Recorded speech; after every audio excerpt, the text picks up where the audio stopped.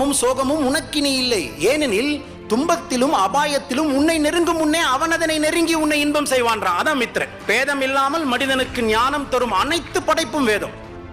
பேதம் இல்லாமல் ஞானம் தரும் அனைத்து படைப்பும் வேதம். பிசிக்ஸ் ஒரு வேதம் தான் இல்லையா? அது இந்துஸ்க்கெல்லாம் பாயிலிங் பாயிண்ட் 100 டிகிரி, கிறிஸ்டியன்ஸுக்கு 99. அப்போ அது பிசிக்ஸ் இல்லை. உடுக்கை இழந்தவன் கை போல் ஆங்கே இடுக்கன் கலைவதாம் நட்பு. ட்ரெஸ் அவுறும் போது எவன் வந்து அந்த கை என்ன பண்ணும்? ட்ரெஸ் அவுறும் போது டக்குன்னு வந்து கை பிடிக்கும். அது அந்த காலத்தில். இந்த காலத்தில் ஃபோன் பார்த்து வரேன், டவல் அவுந்துச்சு. ஃப்ரெண்டு சொல்கிறான்,